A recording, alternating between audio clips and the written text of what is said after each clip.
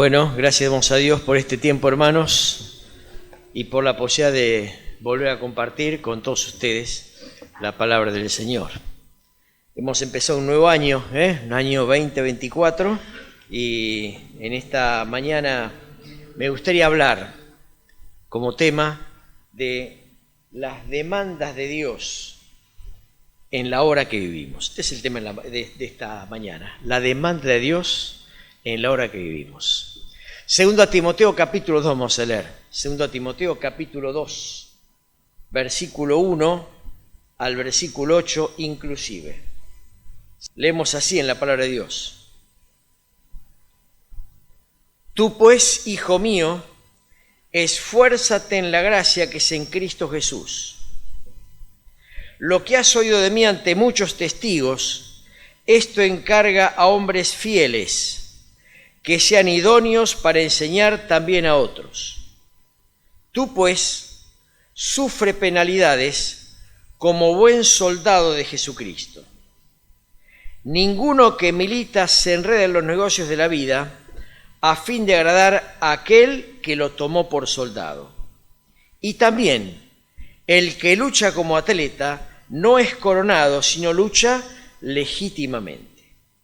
El labrador, para participar de los frutos, debe trabajar primero. Considera lo que digo, y el Señor te dé entendimiento en todo.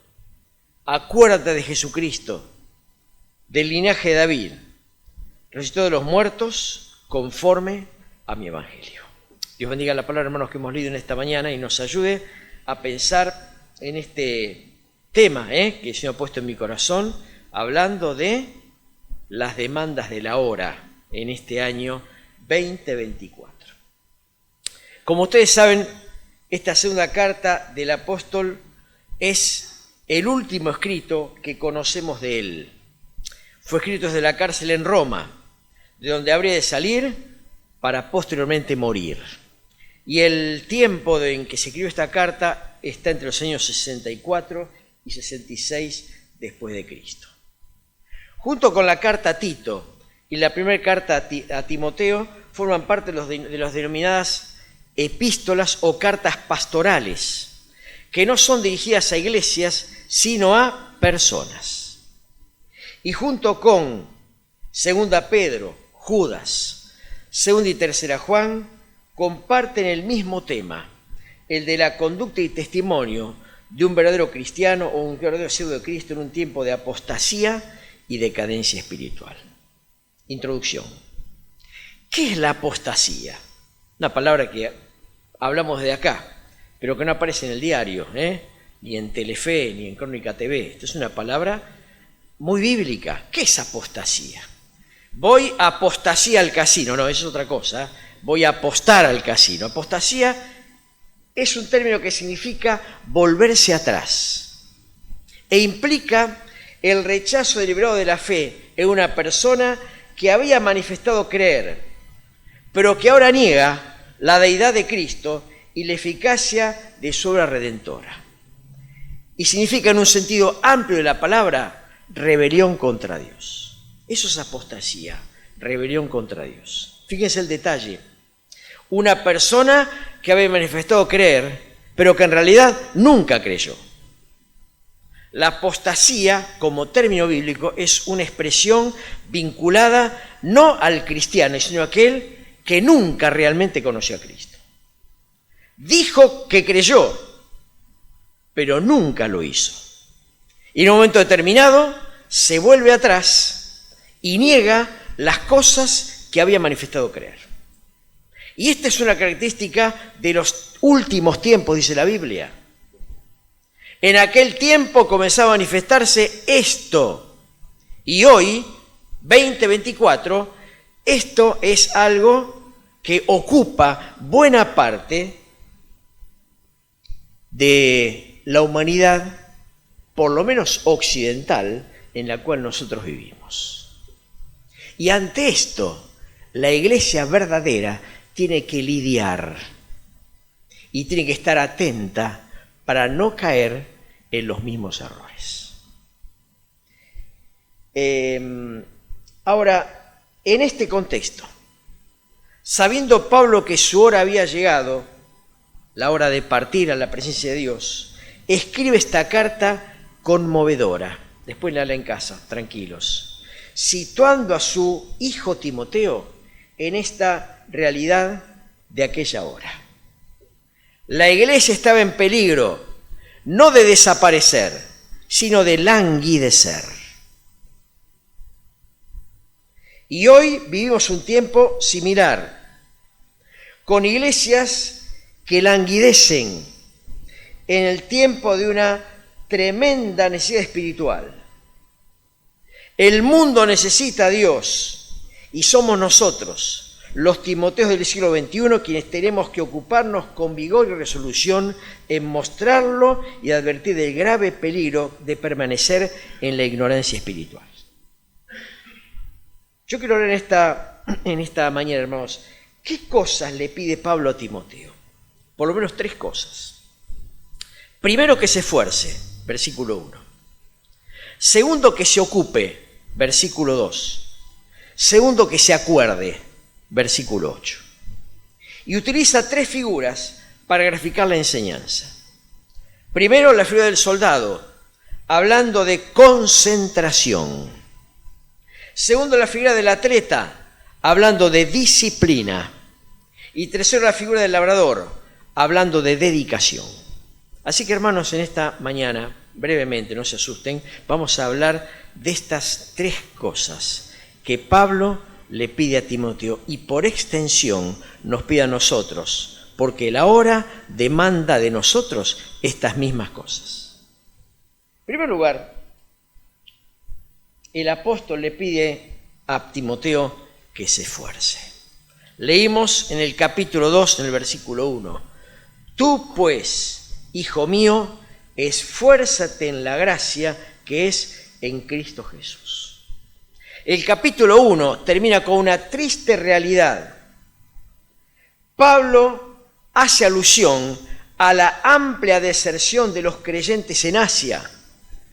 Miremos, capítulo 1, versículo 15.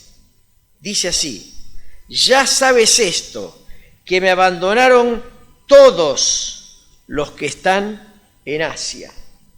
Esto es la realidad de aquella hora. Pablo estaba en la cárcel, estaba solo y además estaba abandonado por los de Asia. Menciona 2 personas, pero no importa, el concepto es que así estaba Pablo. Pero qué hermoso es pensar que en aquella hora cuando Pablo estaba solo, hubo una persona que lo acompañó. Versículo 16 del capítulo 1. Tenga el Señor misericordia de la casa de Onesíforo, porque muchas veces me confortó y no se avergonzó de mis cadenas. Qué maravilla, hermanos. Dios siempre tiene recursos para animar y para confortar. Hubo para Pablo en aquella hora un Onesíforo en el tiempo de abandono. Y él dice que lo buscó cuando estaba en Roma, lo buscó con solicitud y hasta que al final lo encontró. Miren la actitud de esta persona, del cual se habla solamente en esta carta. No solamente no lo dejó en Asia, sino que además cuando estaba preso en Roma, lo buscó hasta que lo encontró. Y dice el Señor, concédale, dice Pablo, el Señor que haya misericordia, sé que el Señor en aquel día. Onesíforo. Pablo estaba solo, estaba abandonado por todos, pero en aquel tiempo de soledad, de abandono, donde parece que nadie se acuerda de uno, siempre Dios tiene algún recurso para mostrarnos que Él siempre se acuerda de nosotros. Cuando el Señor dejó la gran comisión en Mateo 28, dice, id por todo el mundo y haced discípulos. Y termina diciendo, y aquí yo estoy con vosotros todos los días, hasta el fin del mundo. Amén. Todos los días, hasta el fin del mundo. Hermanos queridos, yo no sé tu situación personal, a lo mejor estás como Pablo, pensando que todos te dejaron, que no encontrás afecto, que no encontrás refugio, que no encontrás consejo. Qué bueno es leer este pasaje para darnos cuenta que Dios siempre tiene recursos. Así como hubo un Onesíforo para Pablo, habrá algún o alguna para vos que te hará demostrar que Dios nunca te olvida, nunca te olvida. Así es el Señor. El capítulo 1 termina de esta manera, como dijimos, pero el capítulo 2 comienza con esta expresión de parte del apóstol Pablo para Timoteo. Tú pues, esfuérzate en la gracia. Pablo habla de esfuerzo, pero no del esfuerzo que es producto de nuestra propia naturaleza humana. No es apretar los dientes y darle para adelante, no es este el concepto. El concepto es que él se esfuerce en la gracia, que es en Cristo Jesús. La gran enseñanza es que no dependemos solo de la gracia para ser salvos, sino además dependemos de la gracia para nuestro servicio. Somos salvos por gracia, hoy lo leímos en la palabra en la cena del Señor, pero además somos asistidos por gracia para poder servir y esforzarnos en el Señor. Es esta misma gracia la que debe ayudarnos a desarrollar una vida de testimonio contracorriente a la cultura del mundo. Y ello requiere de nosotros dos cosas: convicción y actitud. La gracia hará el resto. Nosotros tenemos que poner estas dos cosas: la convicción y la actitud, asumiendo que estamos viviendo contracorriente a la cultura en la cual estamos inmersos. No es nuestra cultura la cultura de afuera, la cultura que impera en el sistema en el cual vivimos. Nuestra cultura es la cultura de Dios, la cultura bíblica, y esta cultura no está de acuerdo con la cultura de afuera. Ahora, ¿qué hacemos nosotros? ¿Nos acomodamos a la cultura de afuera y languidecemos? ¿O vivimos contracorriente, esforzándonos en la gracia para mostrar lo que el mundo necesita? ¿Qué necesita el mundo? El mundo necesita a Dios. El mundo necesita a Cristo. El mundo necesita lo que vos y yo tenemos y lo tenemos que compartir. Esta es la demanda de la hora. Esforzarnos en la gracia para compartir con el mundo lo que el mundo necesita: Dios. Así que la primera enseñanza es: esfuérzate en la gracia. Hoy leímos Tito capítulo 2, y Tito 2:11 dice que la gracia de Dios se ha manifestado para la salvación a todos los hombres, enseñándonos que renunciando a la impiedad vivamos en este siglo sobria, justa y piadosamente. Esto es esforzarse en la gracia. Vivir contracorriente, sobria, justa y piadosamente. Cosas que afuera no vemos. No hay sobriedad, no hay justicia y mucho menos hay piedad. Contracorriente. Tenemos que vivir esforzándonos en la gracia que nos enseña esto. Que vivamos ahora, en este siglo, de esta manera, sobria, justa y piadosamente. Primero que le dice entonces Pablo a Timoteo es que se esfuerce. Después lo voy a tomar, hay que, primero, que se esfuerce. Segundo, ¿qué le pide Pablo a Timoteo? Que se ocupe, que se ocupe. Versículo 2. Lo que has oído de mí ante muchos testigos, esto encarga a hombres fieles que sean idóneos para enseñar también a otros. Lo que has oído, esto encarga. Timoteo, tenés que ocuparte. ¿En qué? En preservar la verdad de Dios. Para ello, tenía que transmitirla con fidelidad, tal como la recibió, y encargarla a hombres fieles, quienes debían hacer lo mismo. Esta es la enseñanza. ¿En qué nos tenemos que ocupar, hermanos queridos, en este año 2024? En transmitir la palabra con fidelidad para que el engaño no se difunda. Tiene que ver con la enseñanza y el discipulado. Y esto no es privativo del pastor ni del maestro de escuela dominical. Todos nosotros tenemos la responsabilidad de transmitir la verdad con fidelidad. Como dijimos antes, para que el error no se difunda. Y en esa transmisión, preparar a hombres fieles que lleven la verdad de generación en generación.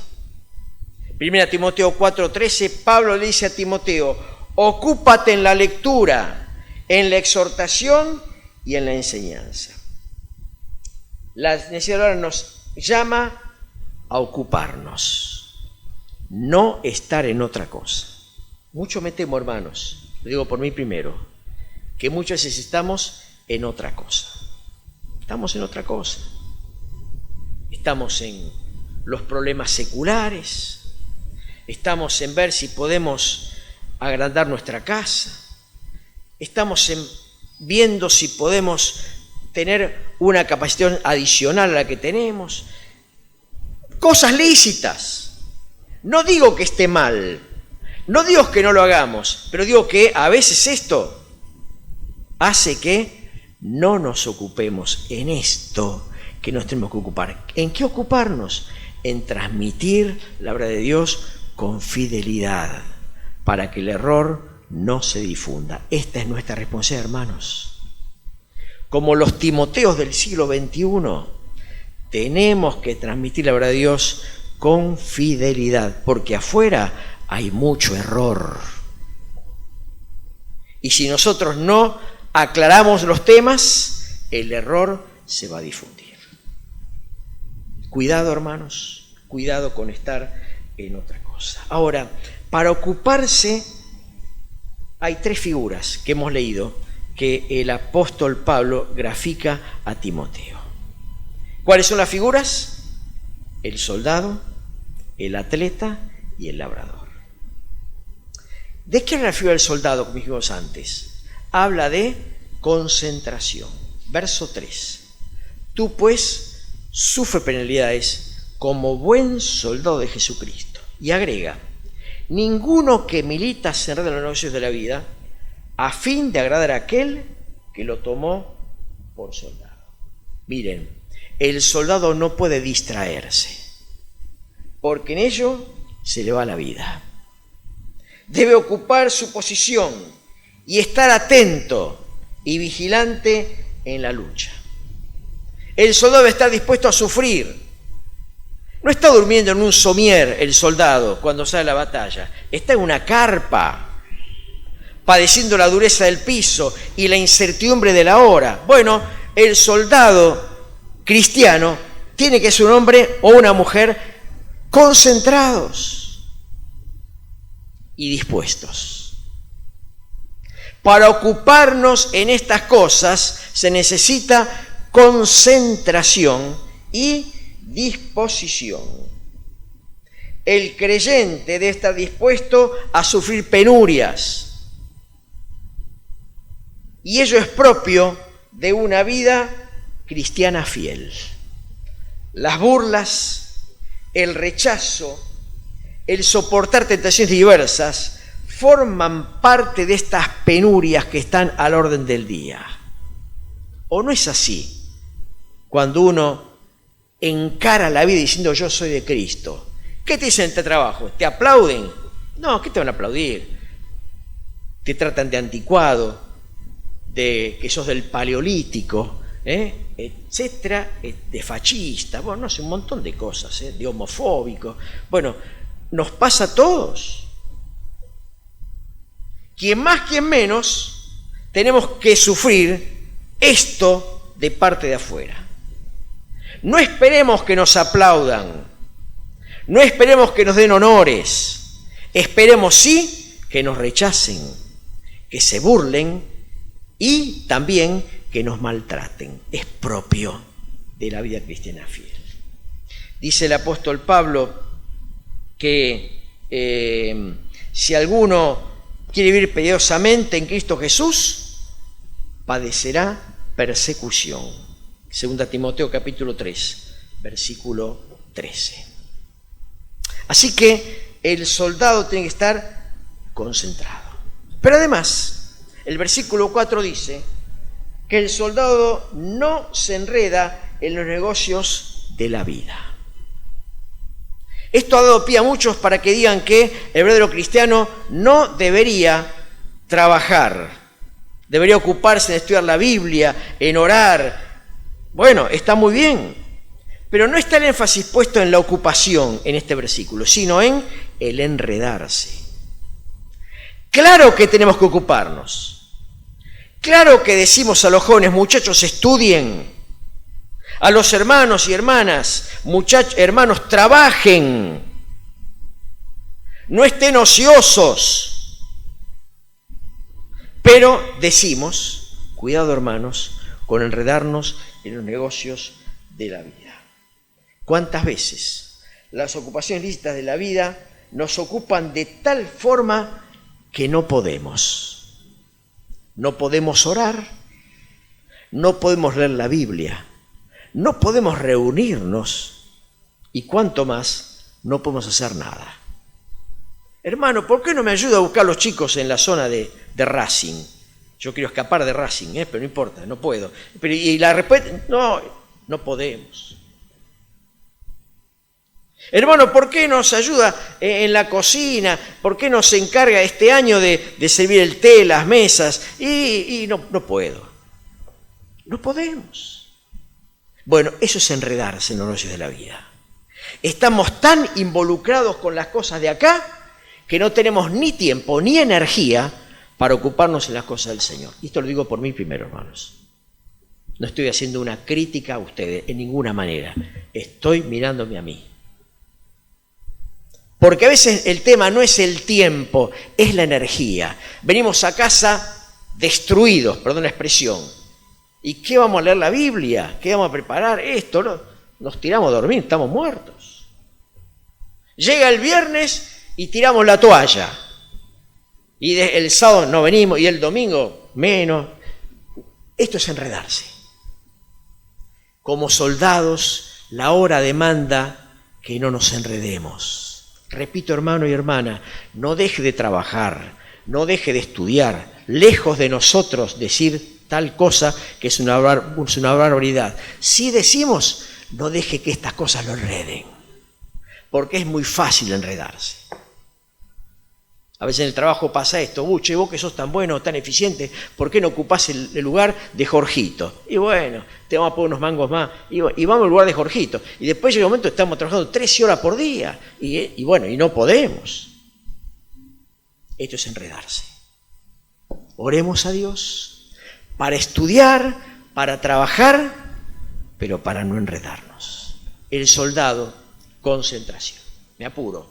Segundo lugar, la segunda figura que utiliza el apóstol, el atleta. ¿De qué habla el atleta? De disciplina.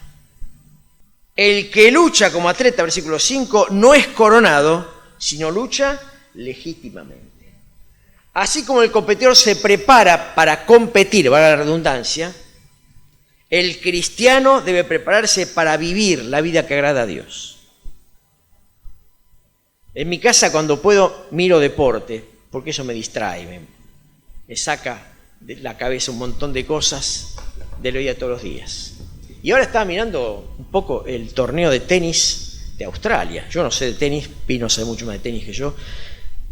No sé mucho, pero veo, acá no me miro todo el partido, porque si no, no hago nada. Los partidos duran 4 horas, 3 horas y media. Y vos ponés la televisión, después volvés, te fuiste a bañar, volviste y sigue el mismo partido.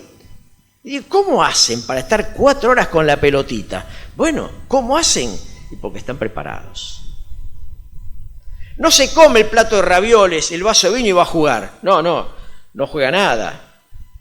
Hay disciplina en la vida, en la dieta, en los horarios y también, por supuesto, en el tiempo de distracción. Bueno, para que el tenista de élite llegue a jugar torneos como el que juega ahora en Australia, tiene que haber previamente una preparación y una disciplina. 1 Corintios 9, 24, 27 habla de lo mismo. Y dice el apóstol Pablo, todo aquel que lucha, de todo se abstiene. Ellos a la verdad para recibir una corona corruptible, pero nosotros una incorruptible. Disciplina y apego a las reglas son las condiciones para llegar a la victoria. La pregunta es en esta mañana, ¿cómo vivimos? Efesios 4 dice, mirad con diligencia cómo andéis, no como necios sino como sabios, aprovechando bien el tiempo, porque los días son malos. Disciplina, hermanos, como el atleta. Disciplina para orar todos los días. Disciplina para leer la palabra. Vale la pena levantarte un poco antes para empezar el día orando y leyendo la palabra. Porque si no empiezas el día orando y leyendo la palabra, no lo vas a terminar de la misma manera. ¿O no te ha pasado? No leo, me quedo un rato en la cama. Cuando vengo a la noche leo. ¿Qué voy a leer? Cuando vengo a la noche estoy frito, fusilado. A la segunda página me quedé knockout. No. Disciplina. Y si vos te acostumbrás a hacerlo de esta manera, después sale solo. Al principio cuesta, claro que cuesta. Disciplinar la vida, el horario, pero una vez que lo lograste, sale solo. Y cuánta bendición tenemos cuando aprovechamos bien el tiempo. Disciplina para la vida. El soldado, concentración. El atleta, disciplina. El labrador, dedicación. Verso 6. El labrador, para participar de los frutos, debe trabajar primero. Llegar a participar de los frutos implica ¿qué cosa? Trabajo. Se recoge lo que se sembró. Ahora, si yo no siembro, no espero recoger absolutamente nada. Para llegar a ser profesional, tenés que estudiar. Y estudiar implica trabajo. Horas sentado en la compu, en el apunte. Yo estudié con apunte, ustedes estudian con la computadora. Bueno, son diferentes generaciones. Pero horas para estudiar. Años para estudiar. ¿Querés mejorar tu performance laboral como en la vida de todos los días? Tenés que hacerte algunos cursos para ser un mejor albañil, un mejor plomero, un mejor vendedor, etcétera, etcétera, etcétera. Trabajo. Dedicación. La hora espiritual de nuestro tiempo requiere de vos y de mí que nos dediquemos. Dedicación. Proverbios 24:30 habla del perezoso y su cosecha. Dice, un poco de sueño, poniendo mano sobre mano para dormir, así vendrá como caminante tu necesidad y tu pobreza como hombre armado. Proverbios 22:29 dice, ¿has visto hombre solícito en su trabajo? Delante de los reyes estará, no estará delante de los de pobre condición. La Biblia habla de la bendición del trabajo y cuánto más del trabajo espiritual. Como el tiempo se va, dejo acá esta parte. Entonces, para ocuparnos, ¿qué hace falta? Concentración, disciplina, dedicación. El soldado, el atleta, el labrador. Y termino, hermanos, con lo tercero que le pide Pablo a Timoteo. ¿Qué le pidió primero? Unos mangos, un cheque. ¿Qué le pidió? Que se esfuerce, no se duerman, porque les tiro. Que se esfuerce. ¿Qué le pidió en segundo lugar? Que se ocupe. ¿Y ahora qué le pide? Que se acuerde. Acuérdate de quién, de Jesucristo.